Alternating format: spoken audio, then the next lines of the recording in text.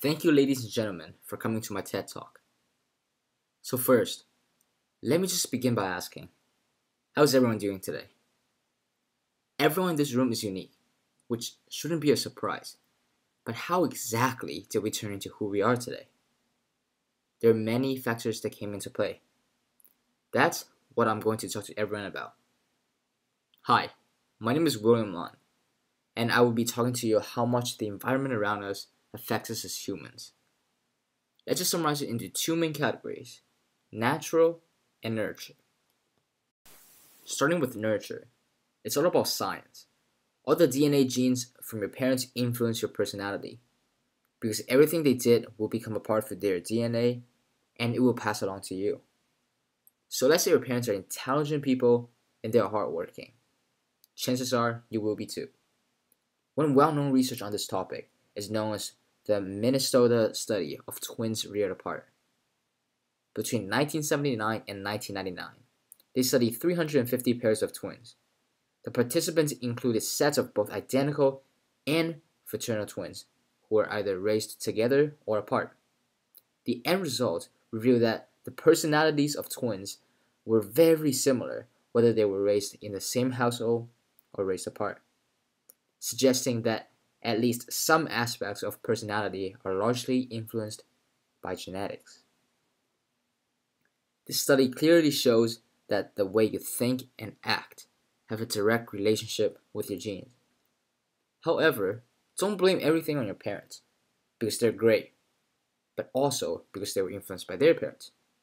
Most importantly, that's not the only thing that makes you who you are today. There are also environmental factors. When we talk about environmental factors, I'm not just talking about one thing. This includes your social group, your family, and the area you live in. Believe it or not, this also includes the geographic environment. We're talking about the sunlight, the air you breathe, the sounds you hear. Pretty much everything. And this is what I'll be mainly focusing on in my speech today. Personal story. I was in a 3.5 relationship with a girl from our school. God, those were the good times. Unfortunately, things did not exactly work out between us. However, this is not what I will be talking about today. It's how I've changed without me even knowing after being in a relationship with her. This is no good or bad. At the beginning, when we were first together, I felt that I was slowly drifting away from my friends. Not just because of the fact that I spent less time with them, but also something else. Some of them came and had a talk with me. They said, "Will, you're changing." So I was like, "What do you mean?" They told me that I acted so differently after being in a relationship with her. Apparently, I was not being myself.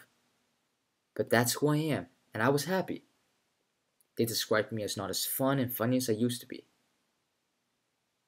That's when it surprised me. I did not clearly see the changes myself, but all my close friends did.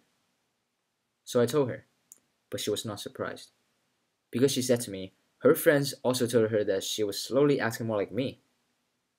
Yes, you can make the argument that everyone acts differently around different people, which is true. But what makes you different? It's the way you think and act. So what this tells you is that people around you can change who you are, which could be a good thing. This is why all your parents want you to hang out with the good kids, because chances are you'll be influenced by them. Just like how some people prefer to go to the library and study there, because of the environment around you. But also look at it this way. I've also learned a lot of things in this relationship. This experience will affect me for the rest of my life. In fact, all the experiences in life will have a significant impact on you, and it could benefit you for the long term. Another example for everyone. When I lived back in China, I used to do charity with my parents, which we go to mountainous rural areas where people are suffering from extreme poverty. I was so little, but these memories never went away. One time, I was walking down the dirt path, and I jumped because I saw a rose. Then what actually surprised me was that one of the kids on my left that was sitting there straight up picked it up with his hand and offered it to me. I kindly waved my hand and rejected it. The next part is the part that really shocked me.